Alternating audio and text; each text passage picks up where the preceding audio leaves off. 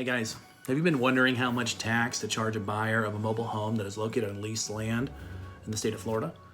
We seem to run into this issue with sellers all the time.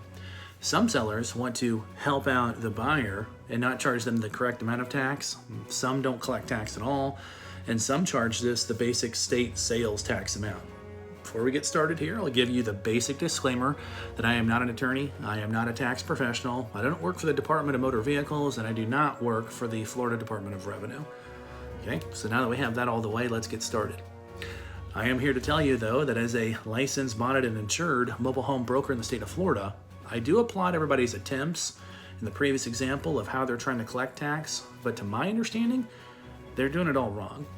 You see, when selling or buying a mobile home on leased land, one needs to realize exactly what they are and what they are not buying.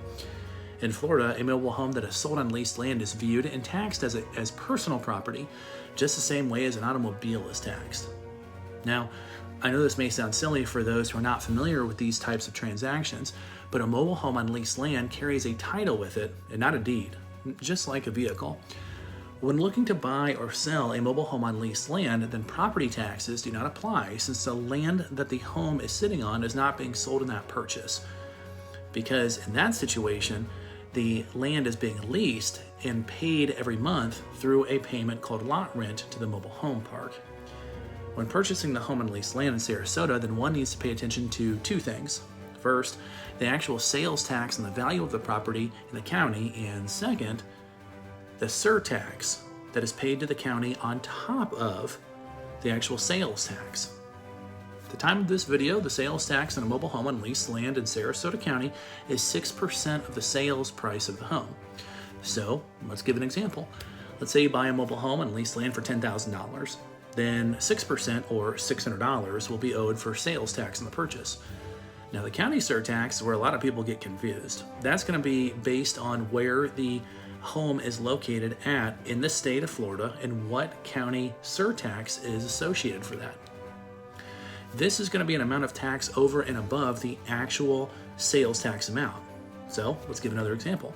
For Sarasota County, as of this time of this video, the county surtax is 1% of the purchase price that goes up to $5,000. I know this sounds confusing, so let me give you another example to best illustrate this to the best of my knowledge.